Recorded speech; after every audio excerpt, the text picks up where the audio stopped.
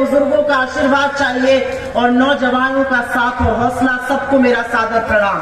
यहाँ की बेटी हूँ तो आप सबसे कुछ सवाल पूछूंगी और हक से आपका वोट मांगूंगी। ये चुनाव आम चुनाव नहीं है। ये चुनाव हर साल होने वाला वो चुनाव नहीं है, हर 5 साल पर जहां पर आप जाते हैं और वोट देकर चले आते हैं। ये चुनाव तय करेगा कि ये देश आपका रहेगा या नहीं रहेगा। ये चुनाव तय करेगा कि क्या ये देश संविधान से चलेगा या ये देश 1 या 2 लोगों की मर्जी से चलेगा। ये चुनाव तय करेगा कि क्या ये देश युवाओं का है, किसानों का है, यहाँ बैठी मेरी भौजियों और बहनों का है, या ये चुनाव सिर्फ पूंजीपतियों और अमीरों का है।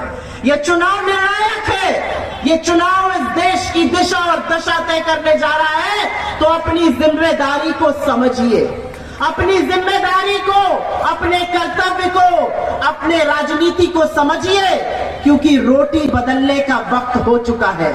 6 बार का सांसद यहाँ का, और महाराजगंज का विकास कितना हुआ है? सवाल ये पूछा जाएगा। सवाल पूछा जाएगा कि महाराजगंज की रेलवे लाइन का क्या हुआ। सवाल ये पूछा जाएगा कि निचलौल और नौतनवा की तहसीलें पानी में क्यों डूब जाती हैं। सवाल ये पूछा जाएगा कि जिला मुख्यालय पर रेल स्वीकृत होने के बाद भी क्यों नहीं लगी। सवाल पूछा जाएगा कि हर बार महाराजगंज के युवा बाहर नौकरी करने क्यों जाते हैं, यहाँ कल कारखाने क्यों नहीं है। सवाल पूछा जाएगा कि 5-5 चीनी मिले, चीनी का कटोरा कहा जाता था हमारे घर को, 5-5 चीनी मिले बंद हो गई। क्या किया डबल इंजन की सरकार ने? ये चुनाव उन लोगों के बीच में है जो संविधान को खत्म कर देना चाहते हैं। ये चुनाव उन लोगों के बीच में है जो आरक्षण को समाप्त करना चाहते हैं। ये चुनाव आपके हक और हुकूक का चुनाव है।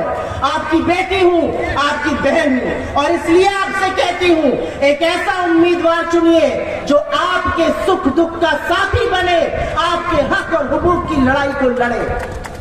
मैं इस धरती को अपनी कर्मभूमि और अपनी जन्मभूमि दोनों कहती हूँ।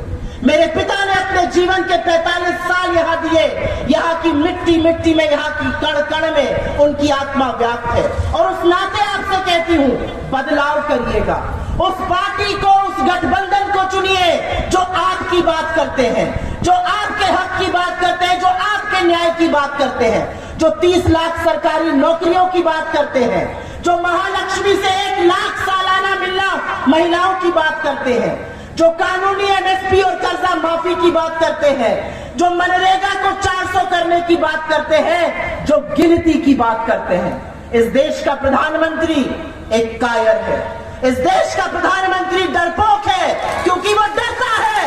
वो डरता है आपसे, वो डरता है आपके वोट की ताकत से, वो डरता है आपके जज्बे से, वो डरता है क्योंकि वो जानता है कि जब जनता खड़ी हो जाती है तो बड़ों की सिट्टी पिट्टी गुम हो जाती है। वो जनता खड़ी हो चुकी है।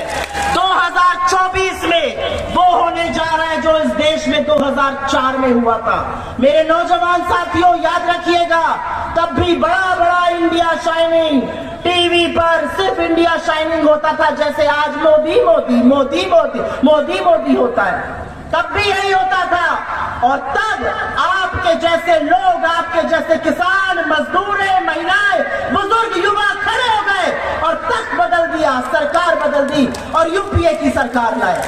आपको फिर से वही करना है। आपको अपने हक की लड़ाई लड़नी है।